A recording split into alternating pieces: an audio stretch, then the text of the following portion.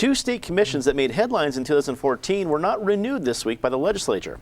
Both the Colorado Voter Access and Modernized Elections Commission and the Colorado Pay Equity Commission were allowed to expire in state Senate committees with Republican majorities. Eric, this was a normal sunset review for these different commissions, and they simply weren't renewed. That happens to commissions programs all the time.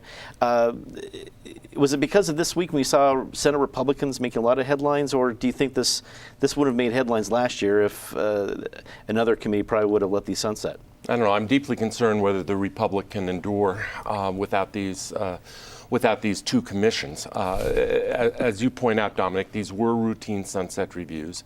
In the case of one of these commissions, the sunset review recommended the termination of their commission, said their work is done, nothing left to accomplish. So all the legislature was doing was ratifying the recommendation of the Department of Regulatory Agencies.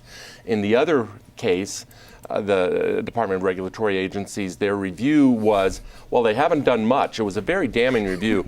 They haven't done much, but there's still an important mission out there, so let's not put them out of their misery.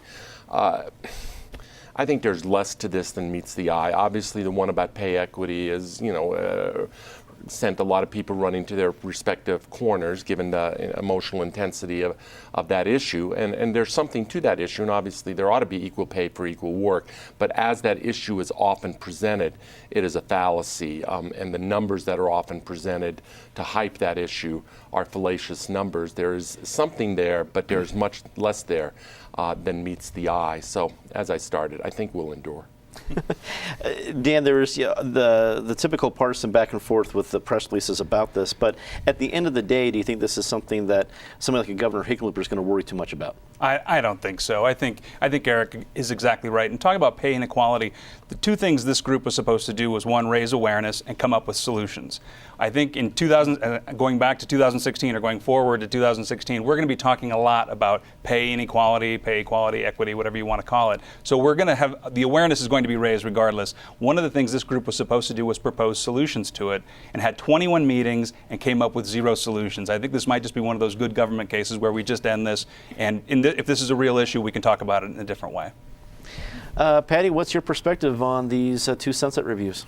Well, they did succeed in getting pay equity at this table, I think. We're all paid exactly the same huge amount, true. So that's good. We've always believed in pay equity at this table. Did you get your hair done? That's good for you. More to the point, I think the election issue is one that if this committee wasn't going to address it, some committee is going to have to come along soon with everything that's now gone on with mail-in balloting, with the fact that soon everyone with their illegal driver's licenses that David's so concerned about will also be voting. I mean, there are a lot of election issues that are coming up, and we are going to have to deal with them. Whether or not this committee is the one to do it, the legislature better be sure someone's dealing with it. David, what do you think about Patty's point? Is there, with these commissions sunsetting, is there one that needs to happen to address some issues that are currently working? No.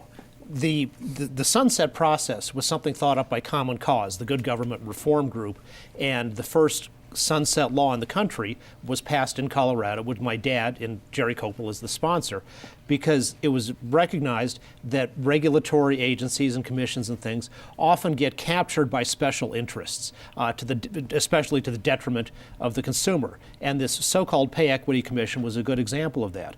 Two former commissioners, members of the commission who testified, women businessmen, Patty Kurgan and Kathy Barnstar, explained how the commission was run with an iron fist. They were sometimes not even allowed to ask questions. They were silenced, bullied, and it was not a commission to investigate and find out information. It was only to produce one point of view, which was already predetermined. So it is a good thing for the taxpayers and a good thing for fair and open government, which ought to have both sides fairly discussed to get rid of this dysfunctional commission.